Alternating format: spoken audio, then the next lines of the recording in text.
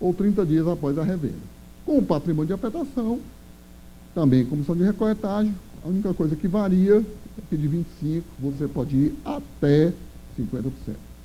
A devolução também muda o período. Tá? Se a resolução se der após a unidade ter sido disponibilizada, costume aqui de Alagoas, e eu chamo a atenção, não continue no erro.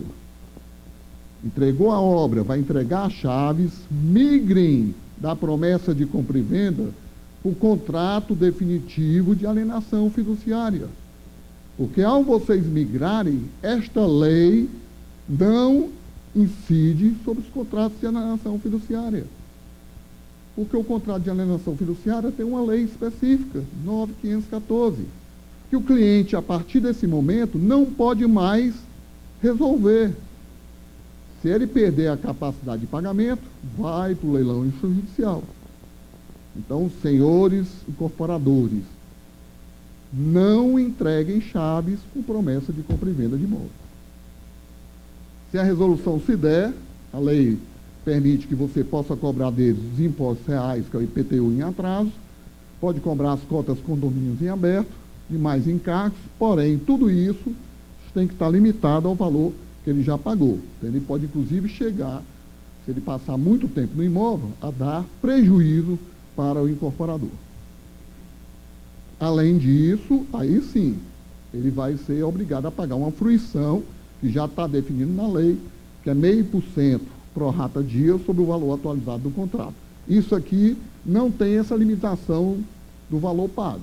Então, se ele me pagou 100 e eu, fazendo a retenção e fazendo a retenção também pela fruição, e ele ficar me devendo 120, eu posso reter todos os 100 dele e ainda cobrar os 20 dele na justiça. Por quê? Porque essa diferença não foi por conta da resolução do contrato, foi em função da fruição do imóvel pelo período que ele passou residindo. Sanções agora ao vendedor. Atenção, incorporadores. Num país democrático, essa mão tem que ser mão dupla. O que eu cobro do meu consumidor, eu tenho que permitir que ele me cobre quando eu é que gero a inadimplência.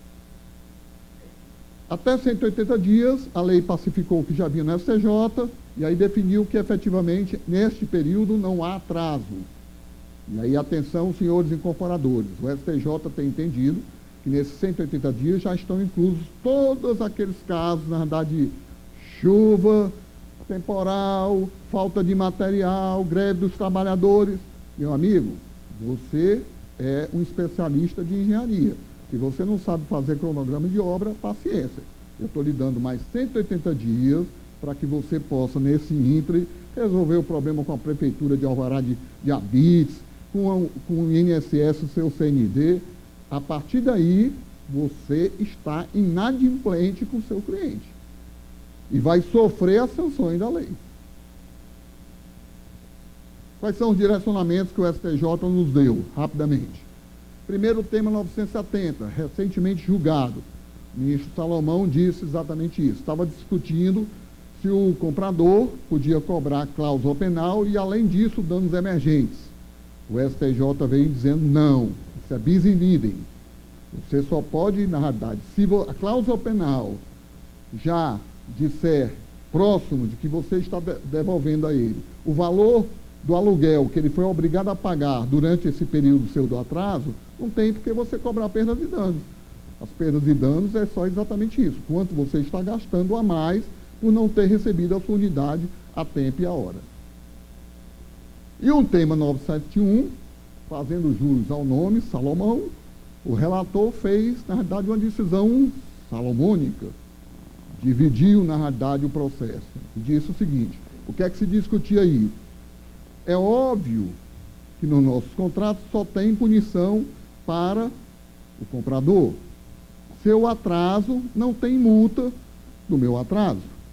E aí os consumidores começaram a dizer, se não tem multa prevista em contrato, vamos fazer a inversão. Ele não me cobra multa de 2% e juros de 1% ao mês quando eu atraso. Então, se ele me atrasar a obra, todo mês eu vou cobrar dele multa de 2% e juros de 1% ao mês. O ministro Salomão disse, isso não é possível, porque são obrigações distintas. Sua obrigação é de pagar, a obrigação dele é de dar. Então, em função disso, eu não posso fazer essa inversão, e aí a gente vai para o arbitramento. Tá? A lei vai facultar ao comprador duas opções. Primeira opção, tinha o meu prazo de obra, está lá no meu contrato previsto que eu tenho um prazo de tolerância de 180 dias, precisa estar claro no contrato esse prazo de tolerância, e mesmo assim eu não consegui concluir. No 81º dia, o comprador vai dizer, eu não tenho mais paciência de esperar pelo seu imóvel. Eu vou realmente solicitar a resolução. Tá? E a outra opção é a seguinte, não, eu quero morar ao lado da minha sogra. Então, pode atrasar aí mais 3 meses, 4 meses, mas eu amo a minha sogra, amo mais a ela do que a minha própria esposa. Então, eu quero realmente continuar. Se ele fizer essa opção, mesmo com atraso após 180 dias, ele quer manter o contrato, isso é uma inadimplência relativa, e aí o incorporador já está previsto. Vai pagar uma multa para ele de 1%, atenção, não é meio, é 1, dobrado, mas não sobre o valor do contrato, sobre o valor efetivamente pago por ele até então. Tá? Isso é mais do que justo, porque se ele só me pagou 20% do valor do imóvel, como é que eu vou ter uma multa de 1% sobre o valor do contrato? Então é só sobre o valor do imóvel. Se ele fizer a opção pela inadimplência absoluta, aí eu vou devolver tudo que ele me pagou, inclusive comissão de corretagem. Tá? Isso aqui depois eu vou deixar e vai ser distribuído para todos. E aí a lei foi omissa. E aí eu bato no meu peito e digo, minha culpa, minha máxima culpa, até porque eu participei também. E multa estabelecida. Enquanto no primeiro caso, da inadimplência relativa, ele já definiu qual era a multa, aqui ele deixou a critério do incorporador. Mas o nosso ministro Salomão já nos deu a ideia. Se eu não quero que o cliente entre com a cláusula penal e perdas e danos, que multa é essa que eu devo estabelecer? Está todo mundo dormindo, depois do almoço também. A multa deve ser o percentual do aluguel que esse cliente, na verdade, está pagando por conta do meu atraso. Então, se no meu contrato eu colocar, eu vou pagar ele, se ele realmente quiser desfazer do negócio, a multa do valor do aluguel, eu me tranquilizo, porque ele não poderá mais em seguida pedir perdas e danos. Que multa estabelecer em contrato. Então, eu trouxe aqui a sugestão para vocês, e aí está aí a redação, sugestão, por favor, não copiem, até porque depois vão dizer que é contrato de adesão, todo mundo copiou, etc., apesar de já ser contrato de adesão, tá? Inadimplemento absoluto, você vai devolver integralmente tudo que deu, e a cláusula penal, 0,5% do valor do imóvel atualizado pro rata dia.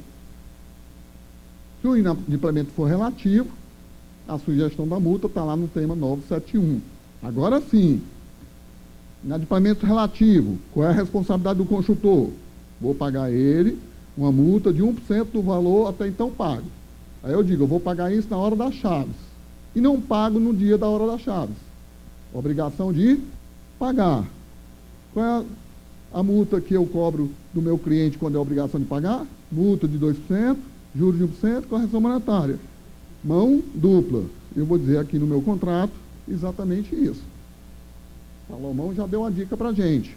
Em caso de atraso no pagamento da multa de 1%, a opção do comprador, o vendedor deverá pagar ao comprador o valor devidamente corrigido pelo índice contratual, acrescido de multa de 2% e juros de 1% ao mês para o rata dia. Contrato perfeitamente equilibrado. O que bate no João, bate na Maria.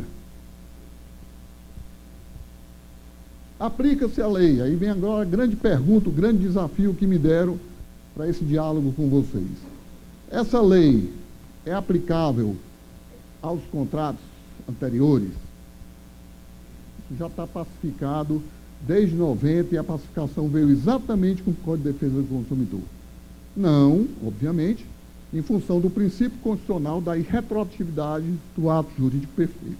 Ah, mas ele pediu a resolução agora em 2019 Em 2019, a lei já está em vigor. Mas se esqueçam que o contrato dele foi assinado antes de 2018. Então, esse contrato, na verdade, tem força de lei entre as partes. E é isso que tanto o STJ como o Supremo Tribunal Federal disseram, está aí o número dos dois processos, um recurso extraordinário, desde 99, e o outro lá do STJ, desde 97, dizendo exatamente isso. Coincidentemente, aí o que era? O cara tinha assinado um contrato anterior ao CDC, distratou em 92, onde o CDC já estava previsto, e o incorporador reteve tudo que o cara pagou. Aí o cliente chegou, não, isso era no passado, agora não pode mais. E aí, o advogado bem fundamentado mostrou, doutor, excelência, a rescisão está acontecendo agora, mas o contrato vigora antes da entrada do CDC. O Supremo Tribunal Federal disse, é válido ele fazer a retenção de tudo. Tá? Então, isso já está efetivamente pacificado. Bom, para contratos anteriores, então, me deu um tempinho mais, porque nós falamos do futuro, agora vamos falar do passado. O que é que eu devo fazer? E aí, me permitam, meus colegas advogados, e dizer que muitos dos nossos clientes perderam a questão por culpa nossa. Senhores, senhor juiz, existe uma pacta sunt servanda, as partes são maiores de idade, assinaram, ele sabia que ia perder 70% do valor. Balela. Existe um CDC que protege o consumidor. E aí esqueceram de provar, senhor juiz, ele me pagou 100 mil, mas 30 mil, só 30 mil eu já gastei com a comissão de corretagem. Então, 30 mil de 100 mil já é 30% do valor pago. Como é que o senhor, na verdade, vem agora de uma cartola de um mágico dizer que eu tenho que reter só 10%? O senhor tem que fundamentar. Esqueceram de colocar isso nas peças de defesa. E o juiz só pode decidir pelo que está nos autos. Como não tinha, afasta, pacta sunt servanda e arbítrio 10%, 15%, 20%. Eles faziam o seguinte, pegava o netinho, joga aqui o dado. Aí se o dado saísse 1, era 10%, saísse 2, era 15%. Não tinha fundamentação. Por culpa de quem? Culpa nossa. Nós não conseguimos comprovar para o juiz as despesas irrecuperáveis. Então, se concorrer casos daqui para frente, não se esqueçam de provar para o juiz a razão pela qual vocês estão fazendo aquela retenção superior a 10% ou 25%. E isso o próprio STJ diz.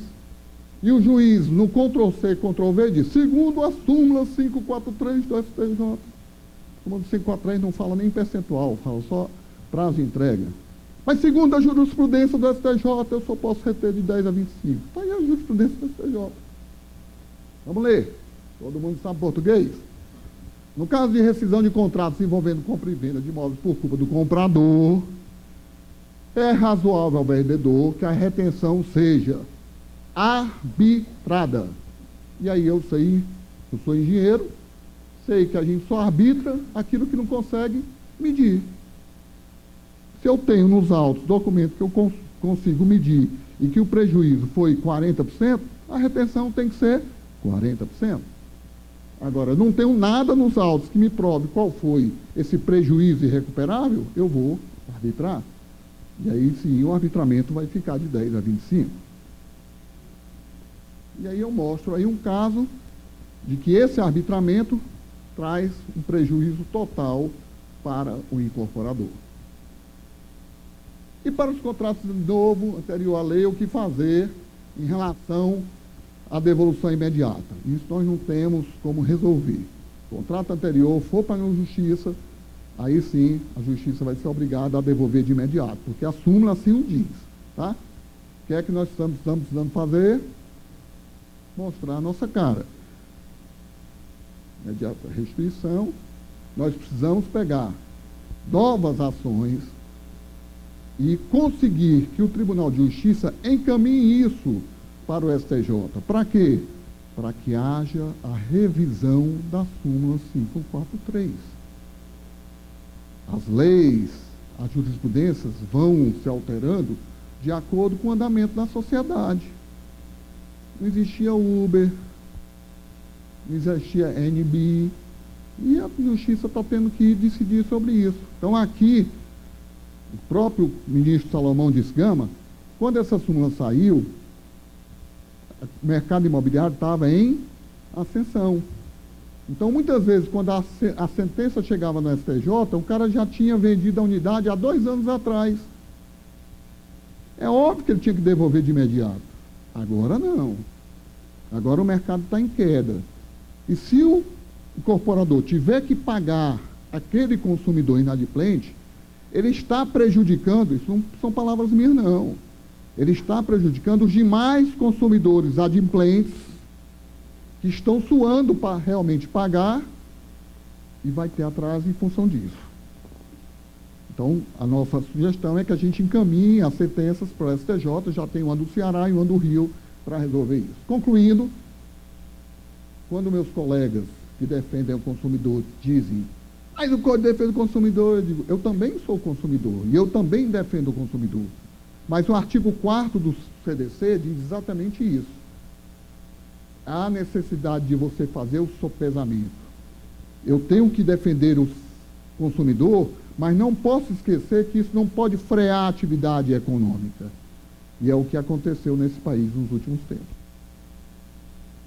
Em função disso, diz o sábio ministro, também nordestino como nós, e dá uma lição de vida para a gente. A imprevisibilidade das decisões judiciais, ao atingir níveis críticos, pode desequilibrar a economia de um país. Isso não é no Brasil, não. Isso ele está falando lá na China, no Japão, algum canto assim. A reversão desse quadro é tarefa exclusiva dos advogados, juízes, promotores de justiça e demais profissionais do direito.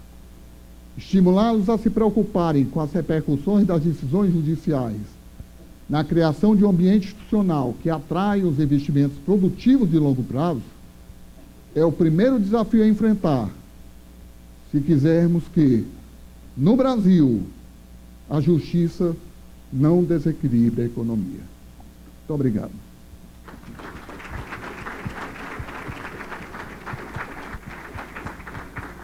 Bom, agora eu passo a palavra ao Dr. João Gustavo, debatedor dessa etapa. Boa tarde a todos. Inicialmente eu queria agradecer a ADM pelo convite, tá?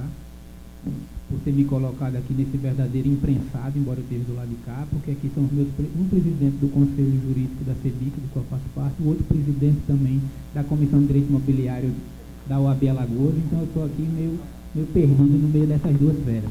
Mas vamos lá.